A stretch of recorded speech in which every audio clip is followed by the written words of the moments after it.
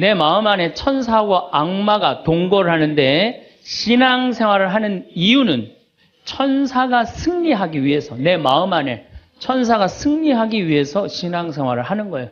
우리 인간은 나약하기 때문에 언제든지 악의 유혹에 넘어갑니다. 그러니까 예수님이 맨 마지막 주의 기도 바칠 때 악에서 구하소서 그러죠? 예, 우리가 악에서, 오죽하면 예수님 맨 마지막에 그 기도를 했겠어요.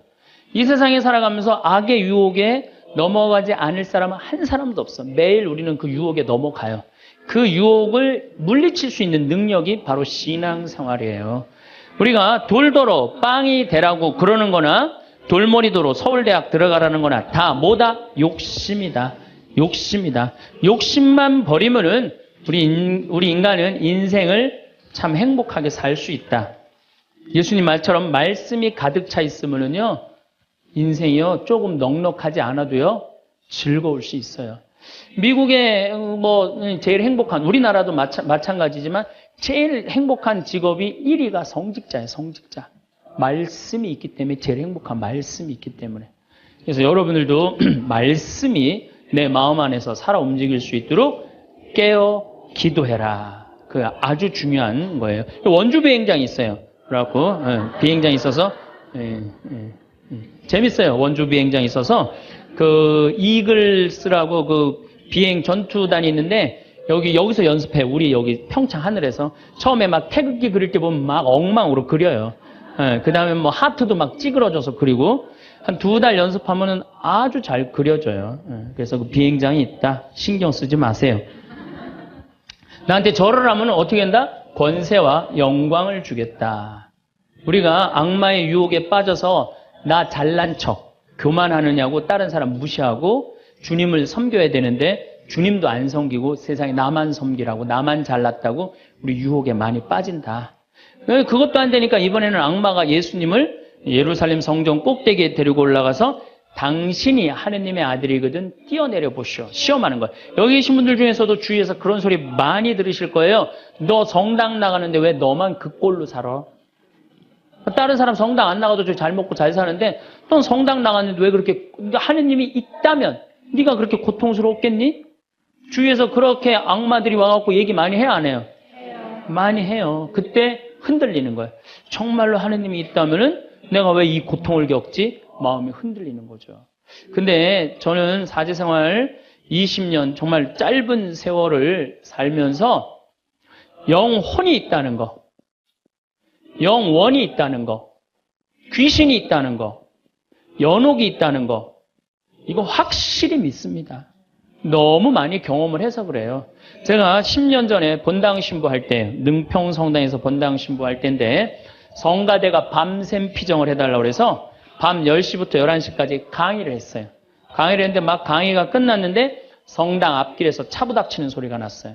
나가보니까 버스하고 승용차하고 정면 충돌을 했는데 승용차가 버스 밑으로 아예 들어갔어요. 근데 그 승용차에 누가 타고 있었느냐면 우리 본당 사회복지 분과장이 타고 있었어요. 그 자리에서 즉사했어요. 이 사람이 얼마나 착한 사람이냐면은 사회복지 분과장을 했으니까 요맘때만 되면 김장 다 해서 어려운 소년 소녀 가정 다 넣어줬어요. 쌀 떨어지면 쌀 떨어지면 체크하고 다 넣어주고, 성당 짓는다고 삽을 잡으면 삽자를 놓지 않은 형제야. 정말로 살아있는 천사예요, 천사. 그리고 그냥 3월달에 자기 부자니까 뒷마당에 뿅아리 100마리 풀어놓으면은 그냥 5월 6월달 손님 오면 그거 잡아서 삼계탕 해주는, 정말 그야말로 천사야. 근데 그 자리에서 즉사를 한 거예요. 그래서 이제 부인이 시신을 분당 재생병원에서 옮겨갖고 새벽 2시에 다 검찰도 왔다 갔다 하고 그래갖고 새벽 2시에 시신 수습이 끝났어요. 그래서 상주들을 깨우러 간 거야. 근데 상주가 초등학교 5학년, 초등학교 3학년, 초등학교 1학년이야. 애들도 너무 예쁜 애들인데. 그래서 이제 엄마는 5살짜리 아이 5학년 아이를 깨운 거야. 일어나봐라, 아들아. 근데 이 아들이요, 눈을 비비면서 엄마 나 이상한 꿈 꿨어 그러는 거예요. 무슨 꿈 꿨냐 그러니까 아빠랑 꽃밭을 가는데 너무 꽃밭이 예뻤다는 거예요. 막 천국같이 예뻤다는 거예요. 근데 그 꽃밭을 끝을 갔는데 손을 잡고 가는데 꽃밭 끝에 갔더니 계단이 하늘로 나 있는데 양쪽에서 날개 달린 천사가 우리 집으로 빨리 올라오라고 막 손짓을 했다고. 그래갖고 내가 올라가려고 했더니 아빠가 내 손을 딱 놓더니 지금부터 나 혼자 올라가는 거라고. 넌 나중에 올라가라고. 그래갖고 아빠가 막 올라가는 꿈을 꿨다는 거예요. 초등학교 5학년 아이가, 아빠가 돌아가신 사실도 모르는 아이가. 이건 뭐예요? 이 아빠가 돌아가시면서 누구한테 보여준 거예요? 아들한테 보여준 거예요. 이런 일은 너무 많아요. 우리가 죽으면은 굉장히, 우리 한국 사람들은 죽음을 너무 무서워해요. 근데 난 죽는 거는 꽃밭을 간다는 얘기는 너무 많이 들었어요. 우리 여기 생태마을에 암 환자들이 많이 오잖아요. 작년에 글라라라는 자매가 하나 있었어요. 이 진짜 얼굴도 이쁘고 그냥 천사예요, 천사. 천사인데 폐암이 걸린 거예요.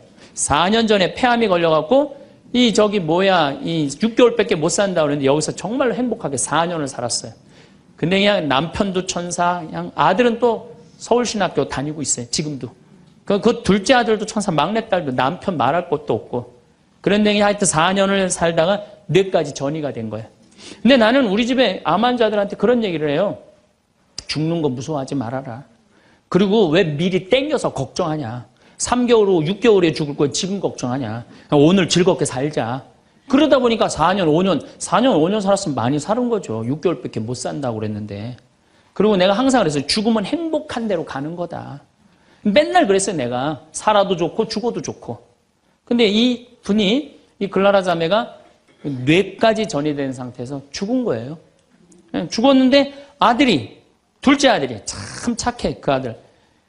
엄마 평상시에 죽으면 안 된다고 미리 이게 응급처치를 배운 거야. 엄마 혀가 말려 돌아갔는데 그걸 피고 막 심폐소생술을 하고 살려낸 거야.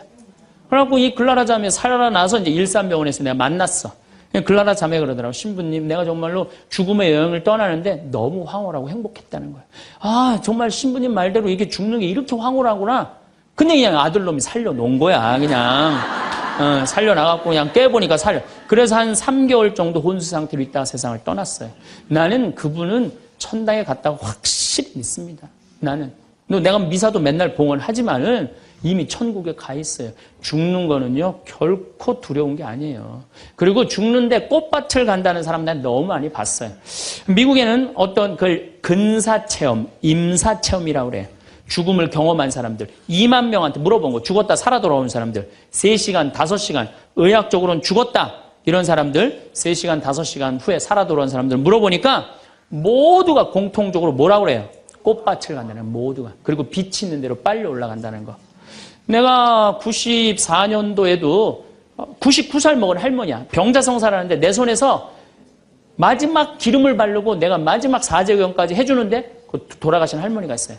근데 싹 영혼이 정말 올라가는 게 보이더라니까요. 싹 너무너무 행복한 영혼이 올라가는 게 보이는 거예요. 그래서 죽음은 뭐가 있느냐 그러지만 죽으면은요 우리는 하늘나라로 들려 올려지는 거예요. 예. 난 내가 강의할 때 핸드폰을 넣어도 한 번도 승질을 부린 적이 없어 나는.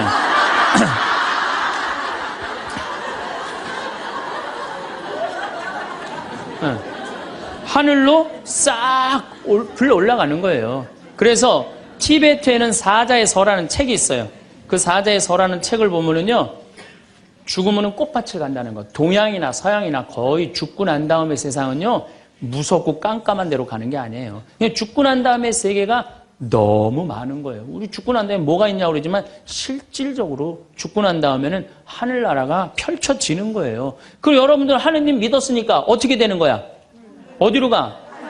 하늘나라로 가는 거죠. 여러분들은 그런 믿음과 확신이 있어야 돼. 근데 우리 천주교 교우들은요, 하늘나라에 대한 희망 별로 없어요. 그저 미사 예물을 보면은, 오늘도 내가 예물 보니까 맨 대학 입시, 딸 결혼, 애 생기게 해주고, 땅 팔리게 해주고, 월세 나가게 해주고, 전세 나.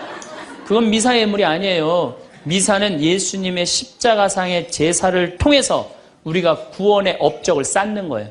구원의 공로를 나누어 받는 거예요. 그러니까 미사를 드릴 때 내 영혼이 구원받기를 간절하게 예물을 내야 돼. 근데 자기 이름을 쓰고 자기의 구원을 위해서 미사 예물 내는 사람 한 사람도 없어요. 다 자식, 남편, 부모를 위해서야지 자기를 위해서는 안 된다 이거예요. 내가 언젠가 방송에도 얘기했지만은 성 안셀모 성인이 살아서 자기를 위하여 드리는 미사 한 대는 죽어서 드리는 위령 미사 1000대보다 낫다고 그래. 근데 여러분들은 자기를 위해서 한 번도 안 드리는 거 아니에요. 내가 구원받기를. 여러분들 비오 신부님 1918년서부터 1968년까지 50년 동안 오상받은 비오 신부님 아시죠? 네. 그 비오신 분이 매일 피를 3분의 1컵을 쏟았어요. 의사 3명이서 평생을 감염이 될까 치유가 될까 옆에 붙어 있었는데 아무 소용이 없었어요. 이 비오신 분님은 처음에 너무 고통스러워서 이거 붕대 감고 다녔어. 다른 사람 표시도 안 내려고. 근데 어쩔 수 없이 당신이 표시로 나오는 수밖에 없었죠. 이분은 미사를 보통 2시간, 3시간 드렸어요. 그래서 온 많은 사람들이 이분 덕에 성화가 많이 됐죠. 근데 이분이 뭐라고 그래요? 미사야말로 가장 아름다운 구원의 제사라고 그랬어요. 미사를 가장 귀하게 여긴 현대 성인이에요. 그러니까 여러분들 미사처럼 좋은 게 없는 거예요. 그 미사 시간 예수님의 십자가상의 제사를 통해서 내 구원의 은혜를 받는 거야. 근데 우리는 죽고 난 다음에 생각 거의 안 해요. 그냥 살아서 디립다 받고 싶은 거지, 그냥. 살아서. 이것도 내가 뭐 욕심에 욕심. 하늘나라에 대한 희망을 가져야죠. 어쨌든 또 더 재미난 거. 이것도 내가 방송에서 얘기한 건데 15년 전에 평택 비전동 본당 신부할 때 1월 첫 주에 엄마, 아빠, 딸 4명이 눈이 빨개져 갖고 왔어요. 자기네들 성당 다니고 싶다는 거예요. 원래 성당 안 다니는데. 왜 성당 다니려고 그러느냐? 그랬더니 아버지가 살아생전에 하느님이 있긴 뭐가 있느냐. 그 니네들이 예수쟁이들이 니네들 돈 뺏어 먹으려고 천당 지옥 겁주는 거다. 죽으면 끝이다. 평생 그랬대요. 하느님을 믿느니 뭘 믿는다? 내 주먹을 믿는다. 맨날 그랬대요. 근데 이 할아버지가 12월 20일 날 돌아가신 거야. 돌아가셨는데 저승길이 있는 거야. 미치는 거지. 죽었는데 아무것도 없는 줄 알았는데 저승길이 있으니 얼마나 미치겠어요. 그래갖고 저승사자들한테 매달렸대요. 난 돌아가야 된다고. 그래갖고 아버지를 하관을 땅에다 묻는데 관을 두들기더래요. 뚜껑을 열어보니까 이건 진짜 내가 경험한 거예요. 뚜껑을 열어보니까 아버지가 살아 돌아온 거예요. 그러면서 저승 얘기를 해준 거예요. 저승길이 있더라.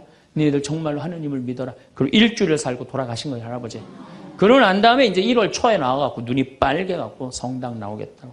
저는 그런 경험을 너무너무 많이 해요. 그런 경험을. 또 제가 어떤 경험을 했냐면 내가 신학교 다닐 때 우리 집에서 성당 아무도 안 다녔어요. 성당.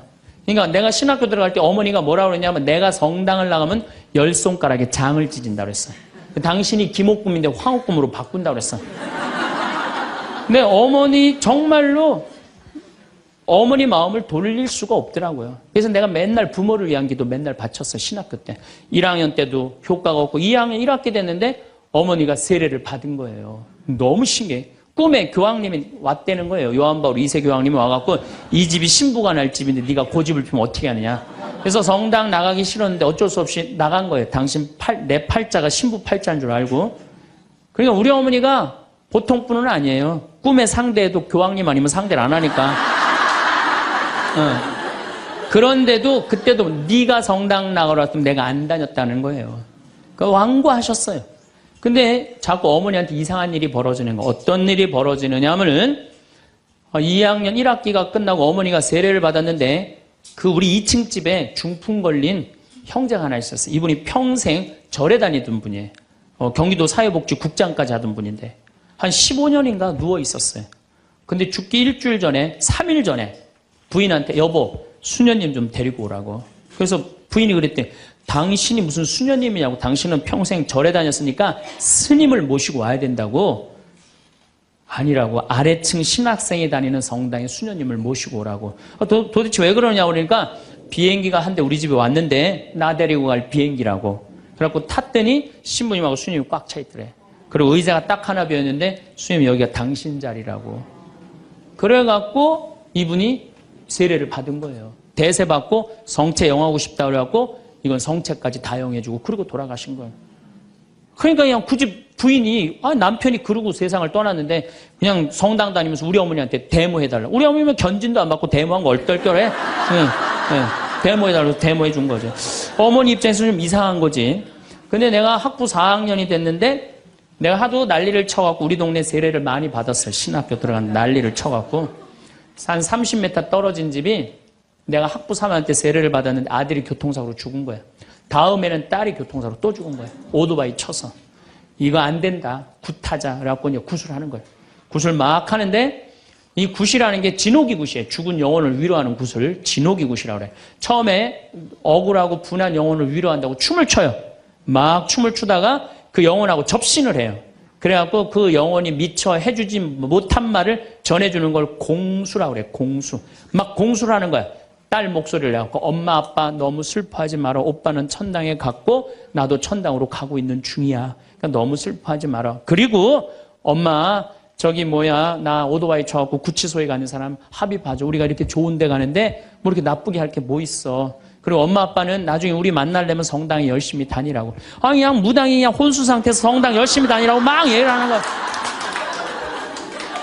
그러니까 그 굿이 끝나고 난 다음에 우리 집에 온 거예요. 우리가 이런 일이 있었다고. 어머니는 그때까지도 완고했어요. 그저 나한테 맨날 너라고 그랬어요. 근데 이제 그걸 경험하고 난 다음에는 어머니가 그러는 거예요. 용어가 바뀌었어요. 학사님 그런 일이 있었다고. 그래갖고 내가 어머니 꼭 붙잡고 어머니 나하고 갈 데가 있다. 어딜 가냐? 부엌에 좀 가자. 부엌에 왜 가냐고. 저 가스불 켜놓고 10손가락에 장 지져야 될 거 아니냐. 저만 그런 게 아니에요. 여러분들도 인생 살아오면서 하느님의 손길이 다 있었어요. 순간순간 다 있으셨죠? 근데 왜 까먹어요? 기도하지 않아서 까먹는 거예요. 끊임없이 기도하고 끊임없이 감사하고 내가 기쁘게 살지 않고 욕심 펴서요. 그 하느님의 모든 사랑과 은혜를 다 까먹고 사는 거예요.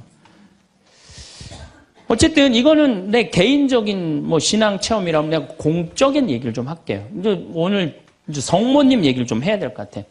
성모님이 세계 곳곳에서 지금 발현을 하세요. 그 중에 아주 공식적인 발현 3가지만 말씀을 드릴게요.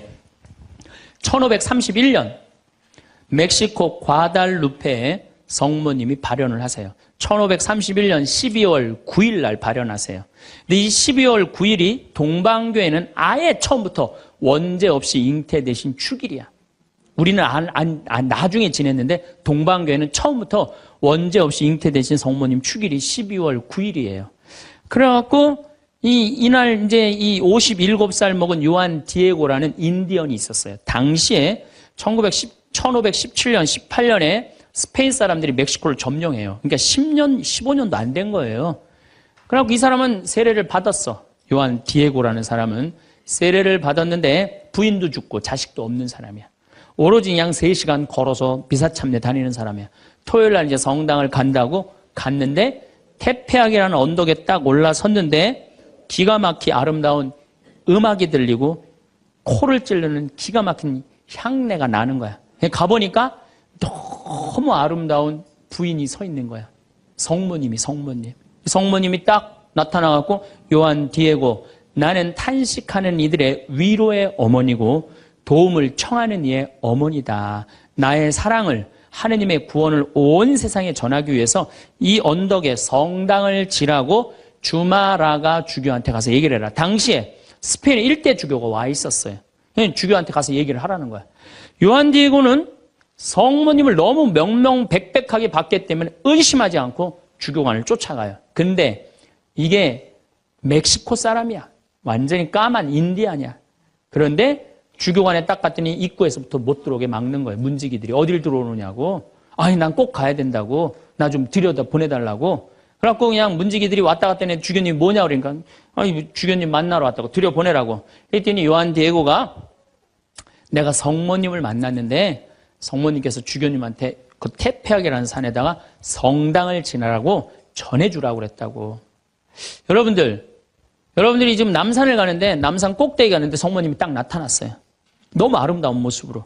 마리아, 데레사 이렇게 합시다. 데레사, 너 우리 추기경님한테 가갖고 이 나의 사랑을 온 세상에 대한민국에 전하기 위해서 남산 꼭대기에 성당을 지라고 가서 전해라. 분명히 성모님을 봤어요. 그래갖고 여러분들이 이제 명동에 가갖고 추기경님한테 내가 성모님을 만났는데 남산 꼭대기에다 성당을 지라고 그랬다고. 그럼 추기경님 아유 잘 알겠습니다. 그리고 짓겠습니다. 그럴 것 같아요? 명동에 가면 이 약간 정신 나간 여자 3명 있어요. 4번째 등극하는 거 4번째. 성모님 본 사람들 다 처음에 무슨 대접받아요? 다 미친 사람 대접받아. 다. 그러니까 주교님이 뭐라고 그러냐면은 이상한 소리 하지 말아라. 가라 그래요. 네가 정말이라면 나중에 얘기하자 그래요. 그래갖고 성모님이 내가 기다리고 있겠다고 그래. 그래갖고 다시 태평이라는 산에 가요. 성모님한테 그래요. 성모님 전했느냐? 성모님 얘기를 전하긴 전했는데 주교님이 안 믿는 것 같다고. 그랬더니 성모님이 뭐라고 그러냐면은 그렇다면 내일 가서 또 전해라 그래요. 난 참 성모님도 답답해요. 아니 그게 그렇게 중요하면 당신이 가서 얘기하면 될 거 아니야. 왜 그 저기 뭐 57살 먹은 보면은 벨라 됐다. 그 다음에 루시아 다 똑같아. 제대로 배우지도 못하고 가난한 사람한테 나타나고 꼭 힘들게 해. 그래서 내가 기도 때 한번 따졌어요. 성모님. 아니 나타내려면 신부나 주교나 뭐 이런 사람한테 나타나갖고 확실하게 하지. 왜 그렇게 사람들이 힘들게 하느냐고 그랬더니 성모님이 하느님의 영광은 어린아이, 순수한, 미천한 사람을 통해서 드러나는 것이다. 그러시더라고요. 그래서 그건 이제 앞으로 안 따지기로 했어 내가. 그래갖고 이 요한 디에고는 다음 날 주교님을 또 찾아가요. 또 문지기들이 모욕을 주죠. 이런 무식한 원주민 인디안이 어디 감히 주교를 만나느냐고. 그래도 이 요한 디에고는 애절하게 주교님을 만나자고 원해요. 하도 그러니까 어쩔 수 없이 주교님을 만나게 해줘요. 그러니까 주교님이 이틀째 연속 오니까 그래? 만약에 네가 정말로 성모님을 봤다면 증표를 갖고 와라 그래. 증표를. 내가 갖고 올 수 있다고. 성모님 분명히 봤으니까. 12월 10일 날. 그래갖고 이제 가갖고 성모님한테 가요. 성모님이 기다리고 있어. 그래. 전했느냐? 그러니까 전했다고. 전했는데 주교님이 성모님한테 증표를 갖고 오라고 그랬다고. 그러니까 성모님이 내일 오면 내가 증표를 주마 그래요. 12월 11일 날이 됐어요. 그래갖고 이제 이 요한 디에고가 가려고 그랬는데 요한 디에고 부인도 없고 자식도 없는데 삼촌 베르나르도라는 삼촌이 작은 아버지가 한 분 있는데 열병에 걸려갖고 돌아가시려고 그래요. 그러니까 병간호로 막 하는 거예요. 병간호 하느냐고 성모님한테 가긴 가야 되는데 이거 삼촌은 죽으려고 그러고 그래갖고 못 가요. 난 또 요한 디에고도 참 답답한 사람이야. 아니 그 대단한 성모님한테 갖고 나 깨달으면 될 거 아니야. 그걸 또 그냥 자기가 간호한다고. 다음 날은 프란치스코 수도의 신부님 병자성사 죽을 것 같으니까 프란치스코 수도의 신부님 병자성사 모시러 간다고. 요한 디에고가 얼마나 재미나냐면은 테페하게라는 산을 비껴가요. 성모님 만날까 봐. 지금 누가 더 중요하다고? 이 본당심이 더 중요하다 이거야. 병자성사 봐야 된다고 막 가는데 성모님이 물어봐. 너 어디 가냐고. 어디 가냐고 물어봐요. 그러니까 아니 삼촌이 작은아버지가 죽으려고 그래서 모시러 간다고. 걱정하지 말아라. 작은아버지 내가 치료해 줄 테니까 너 저 언덕에 올라가 봐라. 올라가 보니까 이 멕시코 시티가 2000m 상공에 있는 도시예요. 12월 달이면 굉장히 추운 도시예요. 그런데 장미가 펴 있는 거예요. 가득. 그래갖고 너무 신이 나갖고 이 요한 디에고는 저기 멕시코 인디안들은 모자 동그란 거 쓰죠. 그 다음에 이 망토 쓰죠. 그 망토를 틸마라고 그래요. 이 틸마는 뭘로 엮느냐면 선인장에서 뽑아갖고 섬유를 뽑아갖고 이 아주 거친 섬유질로 돼 있는 그 망토예요. 그 망토에다 선인장을 따요. 막 따갖고 막 너무 흥분해갖고. 그러니까 성모님이 그걸 보더니 웃으면서 가지런히 놔줘요. 내가 가지런히 놔주마. 가지런히 놔줘갖고 등에다 져요. 등에다 져갖고 너무 신이 나갖고 주교관에 가요. 주교관에 가갖고 이제 가려고 그랬더니 막 향이 나고 그러니까 문지기들이 이게 뭐냐 그러니까 이거 줘라 그러니까 안 된다고. 이거 주교님한테 갖다 줘야 된다고. 그래갖고 그 주교님한테 가갖고 증표 갖고 왔다고 장미를 딱 떨어뜨리는데 이 주교님은 장미에는 전혀 관심이 없는 거야. 그 틸마에 갑자기 무릎을 꿇더니 눈물을 흘리면서 키스를 하는 거야. 아니 그 틸마가 얼마나 더럽고 지저분하겠어요.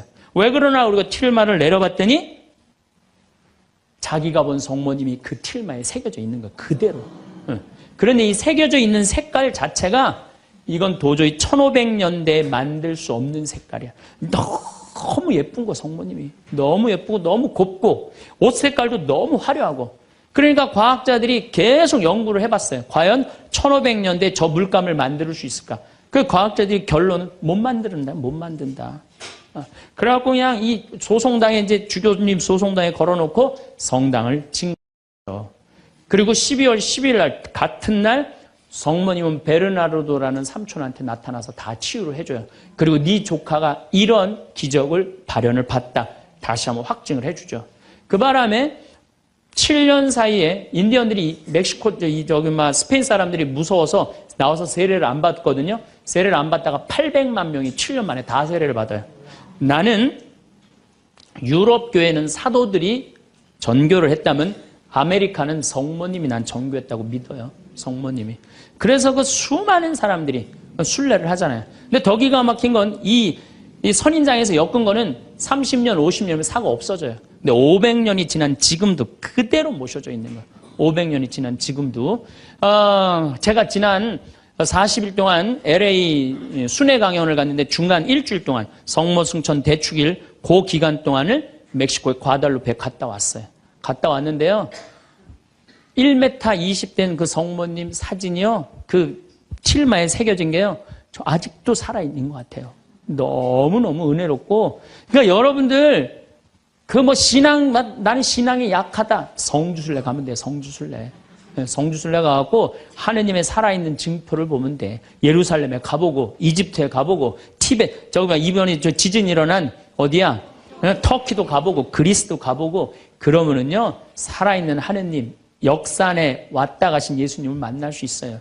그냥 그런 데는 안 가고 그런 데 돈 쓰는 건 아깝고 그냥 누워갖고 그냥 하느님이 있나 없나 이러고만 앉아있으니 무슨 돈으로 애 휴학시키고 학교 무슨 학교예요. 그냥 여러분들 영혼이 더 중요한 거지. 공부도 못하는 놈들 뭐하러 그냥 학교를 보내고 학원을 보내고 그래요. 그런데 더 기가 막힌 사건이 벌어져요. 1963년 성모님의 눈동자가 이상해서 사진을 찍어봐요. 사진을 찍어봤고 현미경으로 6배 확대를 해보니까 성모님 눈동자에 3사람이 있는 거야. 자세히 더 기가 막히게 해보니까 그건 그림으로는 도저히 불가능한 거. 비친 그 그림인데 첫 사람이 누구냐면 그 요한 디에고 초상하고 똑같은 거야. 두 번째는 주마라가 죽여. 세 번째도 같이 있던 사람. 그게 500년이 지나도록 몰랐던 거예요. 물론 거기에 기적은요. 이거 한 3배만한 성당이 있는데 요만한 사진으로 꽉 찼어요. 그 과달루페 성모님을 통해서 기적이 일어난 건 뭐 말할 것도 없고 그건 말할 것도 없고. 이 과달루페의 성모님. 이거 우리 이 사진에 방송에 나갈 거예요. 성모님. 딱 멋있게 나갈 거예요. 지금도 그 저는 그 성주순례 가서 제가 거기서 미사도 봉헌했지만은 그 엘리베이터로 돼 있어요. 에스컬레이터라고 그러냐? 하도 사람이 많으니까 스면은 쭉 지나가서 볼 수 있어요. 그리고 또 뒤쪽으로 또 돌아. 그러면 또 뒷걸음막 또 쭉 가면서 볼 수 있어. 내가 묵주기도 5단을 하면서 그 성모님만 봤는데도요, 그렇게 은혜롭더라고요. 근데 그 사진도 지금 사갖고 왔는데 보고 있으면 너무너무 행복해요.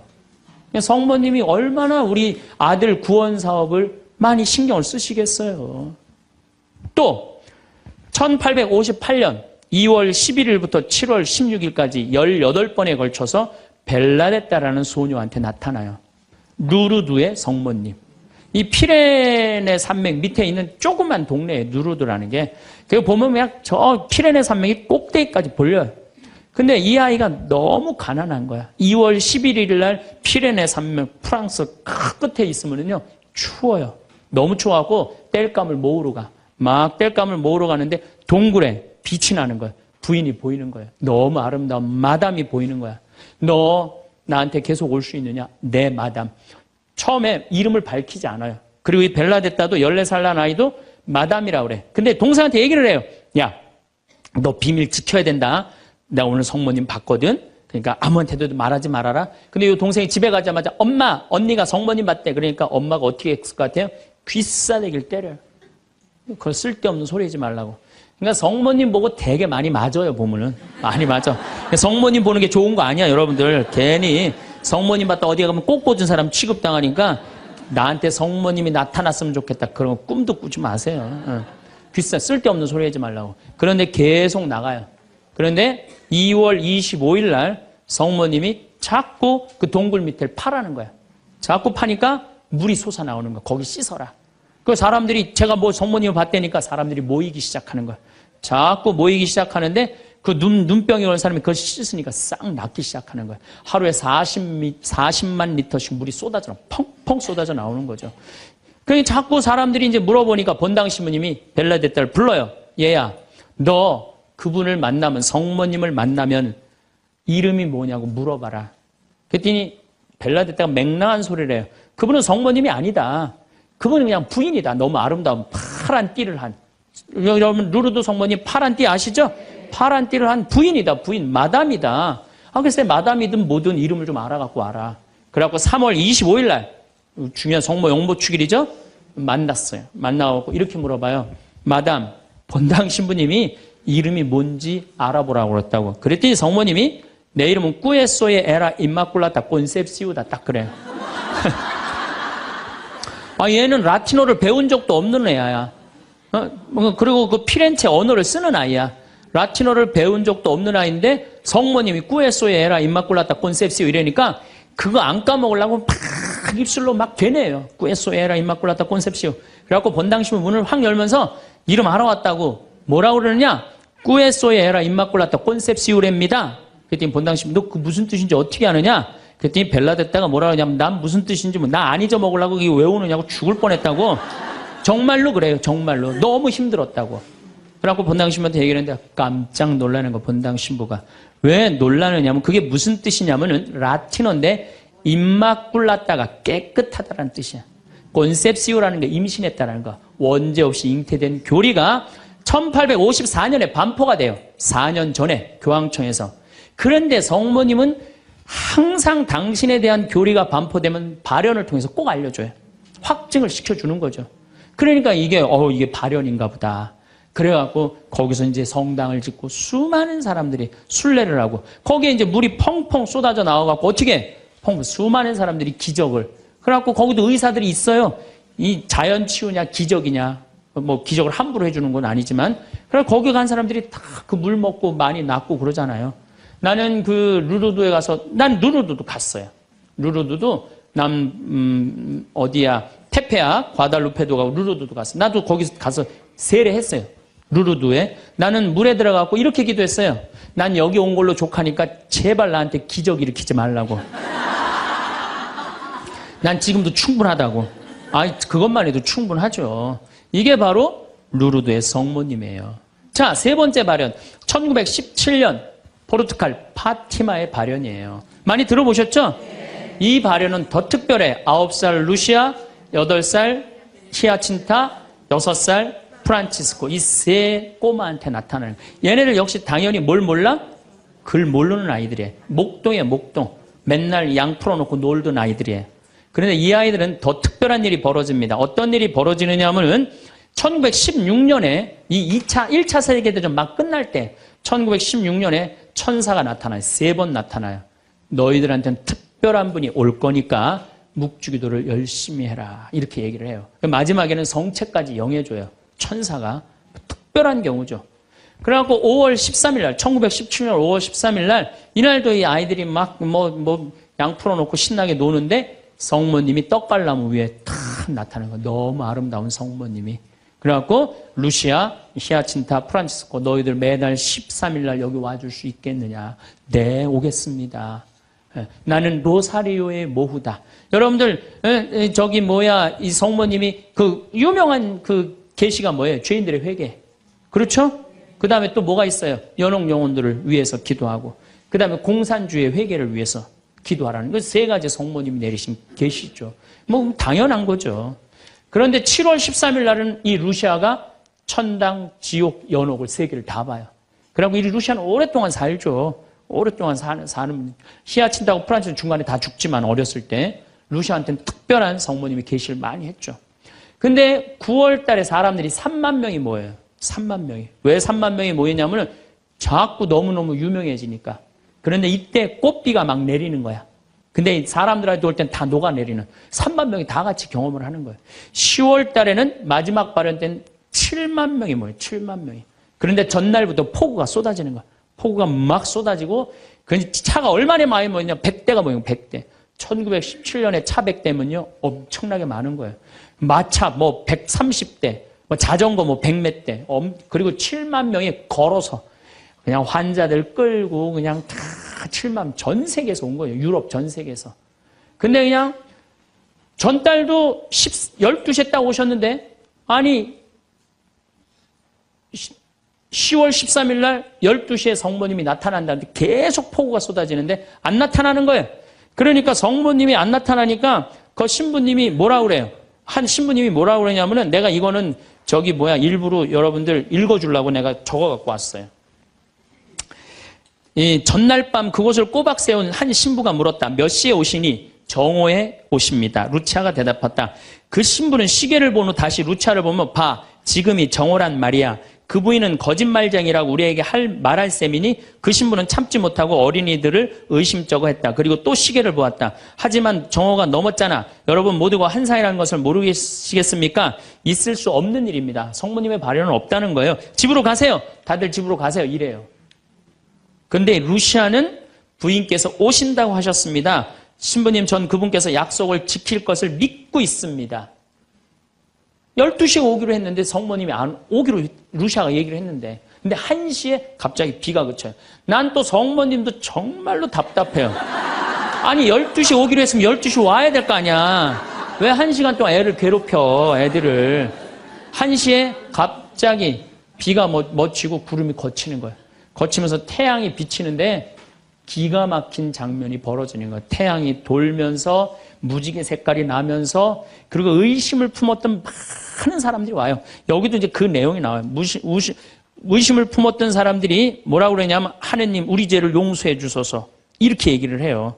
왜 그러느냐면은 무신론자, 회의론자들이 와갖고 왜 이 공포에 질려서 그러냐면, 태양이 돌면서 그 뜨거운 태양이 땅으로 떨어지는 거예요. 너무 뜨거워갖고 이 사람들이 이게 마지막 심판인가 보다. 공포에 질린 거지, 7만 명이. 그래갖고 막 울면서 막 살려달라고 그러고, 그냥 우리를 좀 제발 용서해달라고. 그렇게 15분 동안 태양이 온갖 조화를 비추고 딱 제자리에 돌아갔는데, 더 놀라운 건 그 7만 명 모두가 이틀 동안 비가 젖었는데 다 비가 말랐고 30cm 진흙이 깨끗하게 꾸들꾸들해진 거예요.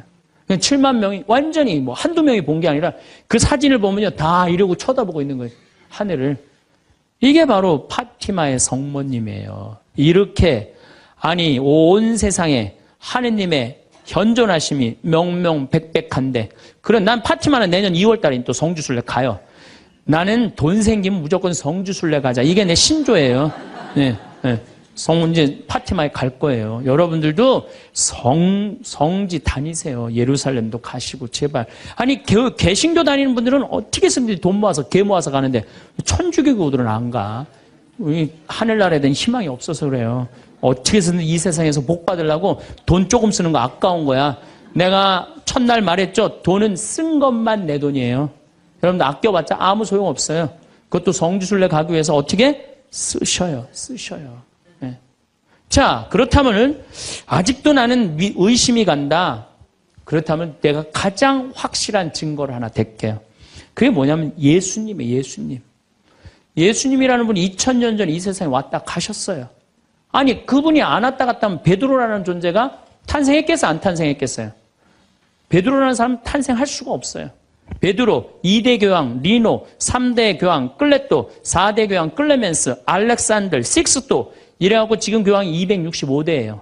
2000년 동안 한 번도 끊어지지 않고 그 전승이 내려온 거예요. 예수님의 살아있는 모습을 보고. 근데 베드로라는 인물이요, 어떤 인물이냐면은 어부였어요. 그 갈릴레 호수의 어부였어요. 그건 사나이 중에 사나이였어. 남자 중에 남자였어요. 예수님 정말로 지켰던 사람이에요. 마지막에 배신 좀 해서 그렇지. 네. 그런데 마지막에 예수님을 배신합니다. 정말로.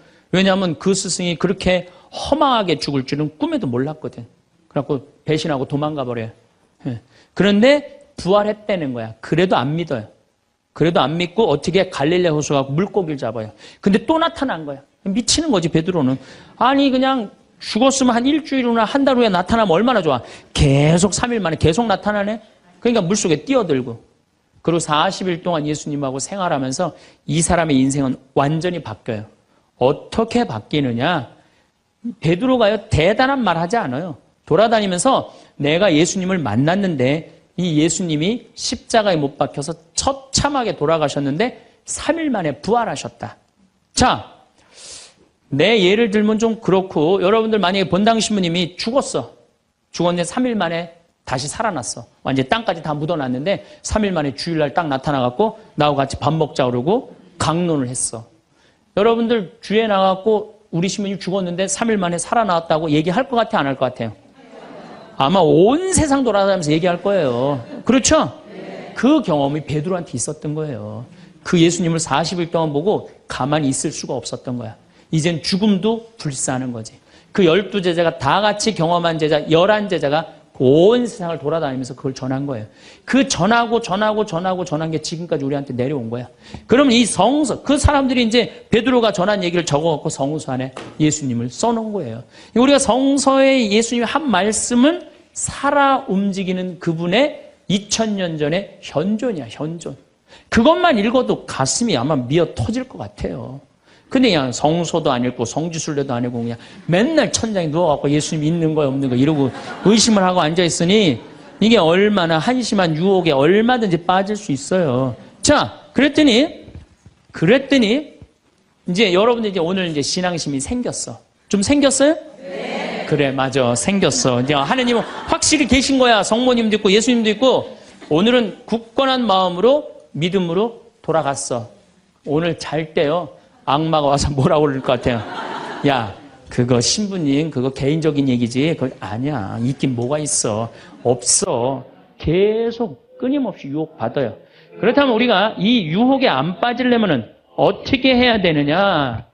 유혹에 안 빠지려면은요. 끊임없이 기도해야 돼. 그렇죠? 그 다음에 항상 기뻐해야 돼. 신앙인의 기본은 뭐예요? 항상 기쁜 거예요. 기쁜 사람은요, 유혹에 안 빠져요. 왜? 이 기쁜 사람은요, 욕심이 없어요. 어떤 사람이 유혹에 많이 빠지면 욕심이 많은 사람이 유혹에 빠져요. 그래갖고 그냥 늘 미움, 분노 이런 사람들이 유혹에 빠지는 거. 더 가지려고 그러는 사람. 욕심이 없는 사람은 항상 기쁠 수 있어. 그 다음에 끊임없이 기도하는 사람. 매일 미사 참여 다니고 묵주기도 열심히 하고 이런 분들 또 피정 열심히 따라다니고 이거 끊임없이 기도하는 거. 이런 사람 유혹에 안 빠져요. 그 다음에 어떤 사람이 유혹에 안 빠지냐면 어떤 처지에서든 감사하는 사람. 이 사람들 유혹에 안 빠져요. 그래서 이 세 가지 이거는 내가 다음 또 3시간에 걸쳐서 여러분들하고 이야기를 나누도록 하겠습니다. 우리 생태마을에 와주셔서 정말로 감사하고 요즘 세계 경제가 상당히 불안해요. 상당히 불안한데 저는요, 여러분들 이런 생각을 해요. 일본이 돈이 없어서 저렇게 지금 불안한 경제 상황을 사느냐? 미국이 돈이 없어서 불안한 경제 상황을 사느냐? 저 사람들 상당히 지금 힘들고 고통스러워요. 뭐가 없느냐? 말씀이 없는 거예요. 무슨 말씀이 없느냐? 하느님의 말씀이 없는 거예요. 그러니까 유럽 교회가 지금 난리가 나잖아요, 지금. 그것도 뭐 때문에 그래? 나는 하느님의 말씀이 없어서 그렇다고 그래요. 생각을 해요. 그래서 여러분들도 내 삶 안에 내가 흔들릴 때, 뭐가 없을 때 흔들려? 하느님의 말씀이 살아 움직이지 않을 때. 그러니까 말씀이 살아 움직이고 악마는 마음 안에서 빼내시기를 바라겠습니다. 조용한 오후. 창가에 앉아 따스한 햇살을 느낍니다. 뺨 위로 느껴지는 온기가 낯이 지나온 세월을 위로하는 다정한 손길 같습니다. 빠르게 흘러가던 시간의 강물이 어느덧 잔잔한 호수처럼 우리 앞에 머물러 있는 듯합니다. 집 안의 공기마저 고요하여 괴종식의 초침 소리나 멀리서 들려오는 아이들의 웃음소리가 더욱 선명하게 들리는 시간입니다. 문득 지나온 길을 돌아봅니다. 굽이굽이 이어진 그 길 위에는 기쁨의 발자국도 아쉬움의 그림자도 함께 찍혀 있습니다. 그 모든 순간이 모여 지금의 나를 만들었습니다. 마치 여러 세계의 실로 짜인 하나의 직물과도 같습니다. 어떤 실은 빛나고 어떤 실은 어둡지만 그 모든 실이 어우러져 뒤로서 온전한 무늬를 이루는 것입니다. 살아온 세월이 깊어질수록 우리 마음속에는 더 많은 이야기가 쌓입니다. 젊은 날에는 그저 앞만 보고 달리느라 미처 깨닫지 못했던 삶의 이치들이 하나둘씩 모습을 드러냅니다. 마치 아침 안개가 걷히고 난 뒤에야 뒤로서 선명하게 보이는 산의 능선과도 같습니다. 우리는 이제 그 능선을 따라 천천히 걸으며 삶이라는 거대한 풍경을 조망하는 지혜를 얻게 되었습니다. 때로는 마음속에서 여러 가지 소리가 들려옵니다. 그때 다른 선택을 했더라면 어땠을까 하는 후회의 목소리가 귓가를 맴돕니다. 혹자는 이미 세상을 떠난 부모님께 미처 전하지 못한 따뜻한 말 한마디를 떠올리며 가슴을 칩니다. 아무것도 할 수 없는 것 같다는 무력감의 속삭임도 있습니다. 예전처럼 몸이 따라주지 않고 기억이 희미해질 때마다 스스로가 작아지는 듯한 느낌을 받기도 합니다. 혹은 남은 시간이 얼마 남지 않았다는 조바심의 외침도 있습니다. 보고 싶은 손주가 어른이 되는 모습을 끝까지 볼 수 있을까 하는 애틋한 마음이 들기도 합니다. 하지만 이 모든 감정은 지극히 자연스러운 것입니다. 오랫동안 애써왔기에 지치는 것이고 소중한 것들이 많았기에 아쉬움이 남는 것입니다. 중요한 것은 그 소리들에 휘둘리지 않고 그저 가만히 들여다보는 것입니다. 내 마음속에서 어떤 감정들이 피어오르는지, 왜 그런 마음이 드는지 따뜻한 시선으로 바라보는 것입니다. 그것은 나쁜 것이 아니라 내가 그만큼 삶을 진심으로 살아왔다는 증거입니다. 그것이 바로 나 자신을 이해하고 보듬는 첫걸음입니다. 우리는 살면서 참 많은 것을 원하고 또 이루기 위해 애써왔습니다. 더 나은 집, 더 편안한 생활, 자식들의 성공, 그 모든 것을 위해 쉼없이 달려왔습니다. 하지만 이제 우리는 압니다. 진정한 행복은 소유의 크기에 있는 것이 아님을 말입니다. 오히려 비워냄으로써 더 큰 충만함을 느낄 수 있다는 것을 삶의 지혜는 가르쳐 줍니다. 마음속에 자리 잡은 오래된 미움을 털어내는 것은 어떻겠습니까? 오랫동안 나를 괴롭혔던 어떤 사람, 어떤 기억, 그것을 용서하는 것은 그 사람을 위해서가 아닙니다. 바로 나 자신을 위해서입니다. 무거운 돌덩이를 평생 지고 가는 것은 얼마나 고된 일입니까? 아침에 눈을 뜰 때도, 잠자리에 들 때도 그 돌의 무게가 어깨를 짓누릅니다. 이제 그 돌을 내려놓고 가벼워진 마음으로 걷는 것입니다. 미움이 떠나간 빈자리에는 따뜻한 온기가 채워질 것이고 비로소 편안한 숨을 쉴 수 있게 됩니다. 때로는 타인뿐만 아니라 과거에 서툴렀던 나 자신을 용서하는 것도 필요합니다. 그 시절에는 그것이 최선이었음을 인정하고 지금의 내가 따뜻하게 안아주는 것입니다. 욕심 또한 마찬가지입니다. 더 가지려는 마음은 우리를 끊임없이 불안하게 만듭니다. 이미 가지고 있는 것들의 소중함을 잊게 만듭니다. 지금 내 곁에 있는 가족의 온기, 매일 아침 눈을 뜨고 새로운 하루를 맞이할 수 있다는 사실, 창밖으로 보이는 푸른 나무 한 그루, 손때 묻은 낡은 의자의 편안함, 구수한 된장찌개의 냄새, 이 모든 것이 얼마나 큰 선물인지 다시 한번 헤아려 봅니다. 감사의 마음은 우리 영혼을 살찌우는 가장 좋은 양식입니다. 하루에 하나씩이라도 감사할 일을 찾아보는 것은 메마른 마음에 단비를 내리는 것과 같습니다. 우리가 진정으로 두려워하는 것은 무엇일까요? 어쩌면 그것은 늙고 병드는 과정 그 자체보다 그로 인해 홀로 남겨질 것이라는 외로움일지도 모릅니다. 세상과의 연결이 끊어지고 사랑하는 이들에게 짐이 될지도 모른다는 불안감일 것입니다. 대화가 줄어든 집 안의 적막이 유난히 크게 느껴질 때 그 두려움은 더욱 커집니다. 하지만 관계의 끈은 우리가 붙잡고 있는 한 결코 쉽게 끊어지지 않습니다. 먼저 마음을 열고 다가가 보는 것은 어떨까요? 자녀들에게는 따뜻한 밥 한 끼를 차려주며 사랑한다 말하고, 오랜 친구에게는 전화를 걸어 보고 싶다, 안부를 묻는 것입니다. 수십 년을 함께한 배우자의 손을 그저 말없이 잡아주는 것만으로도 수만 마디 말을 대신할 수 있습니다. 서툴고 어색해도 괜찮습니다. 진심은 언제나 통하기 마련입니다. 때로는 새로운 관계를 만드는 용기도 필요합니다. 경로당이나 복지관에서 새로운 친구를 사귀고 작은 취미 모임에 나가 함께 웃고 떠드는 시간은 우리의 삶에 새로운 활력을 불어넣어 줍니다. 내가 평생 쌓아온 삶의 지혜를 젊은 사람들에게 이야기해 주는 것도 좋습니다. 사람은 사람과 더불어 살아갈 때 가장 큰 기쁨을 느끼도록 만들어진 존재입니다. 서로의 어깨에 기댈 수 있을 때 우리는 어떤 어려움도 이겨낼 힘을 얻습니다. 자연은 우리에게 가장 위대한 스승이 되어줍니다. 말없이 자신의 자리를 지키는 나무들을 보십시오. 봄에는 여린 새싹을 틔우고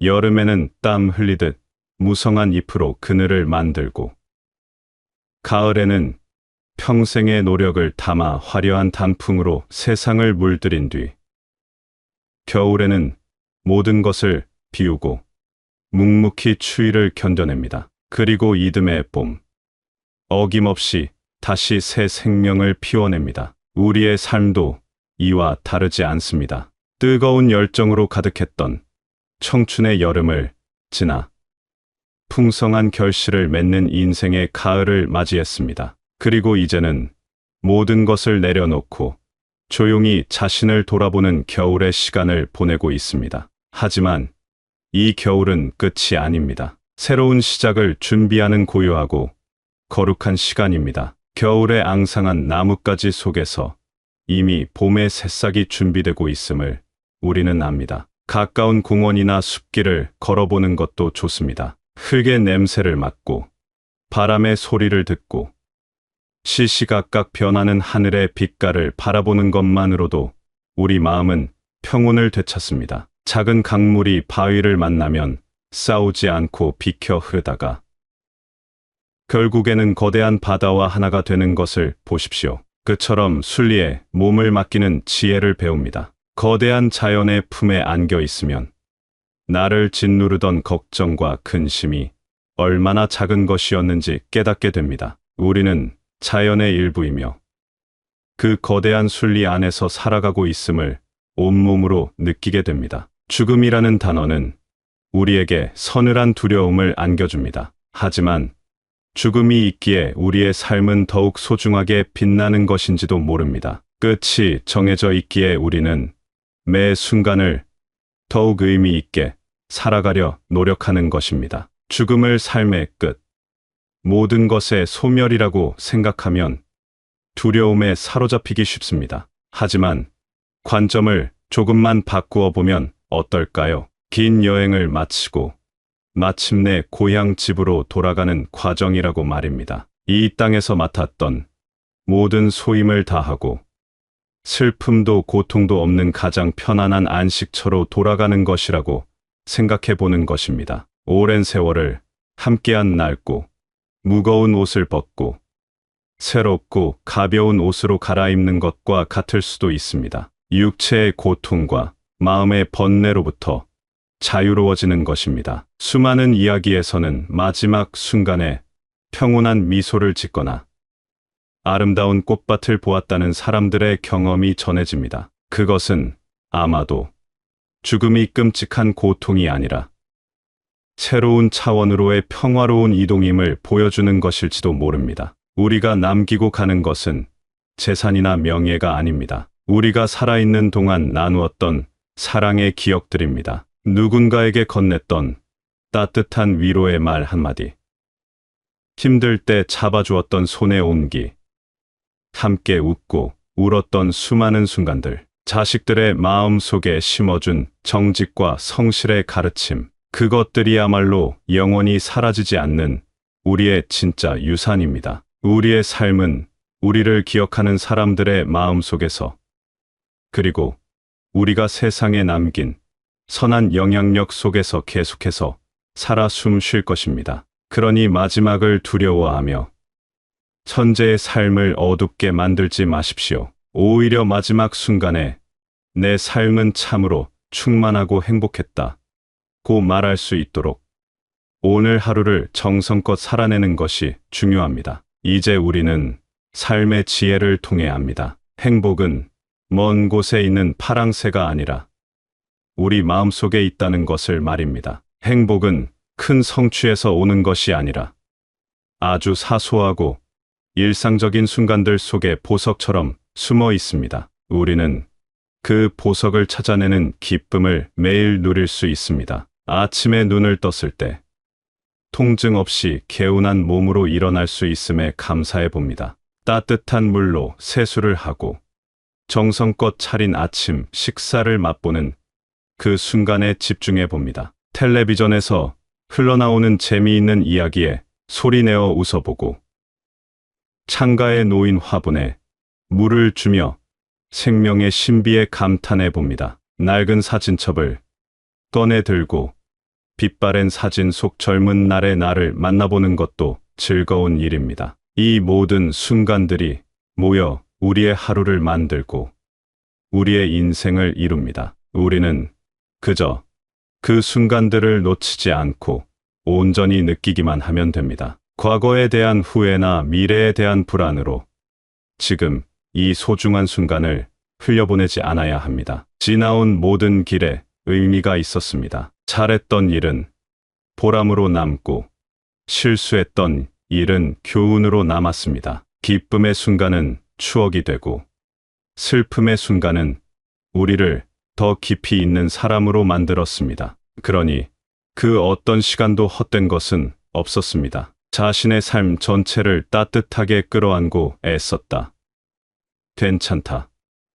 고맙다고 스스로에게 말해 주십시오. 나의 삶은 비록 완벽하지는 않았을지라도 세상에 단 하나뿐인 고유하고 아름다운 작품이었습니다. 지금 이 순간 삶의 무게에 힘겨워하는 분들이 있다면 잠시 숨을 고르고 하늘을 한번 바라보십시오. 변함없이 그 자리에 있는 저 하늘처럼 우리 안에는 어떤 시련에도 흔들리지 않는 굳건한 중심이 있습니다. 지난 수십 년의 세월이 그것을 증명합니다. 우리는 생각보다 훨씬 강하고 지혜로운 존재입니다. 여러분의 남은 여정이 불안과 후회가 아닌 평온과 감사로 가득하기를 바랍니다. 매일 아침 새로운 선물을 받은 아이처럼 설레는 마음으로 하루를 시작하고 매일 밤 충만한 하루에 감사하며 편안히 잠자리에 드시기를 기원합니다. 저녁 노을이 해가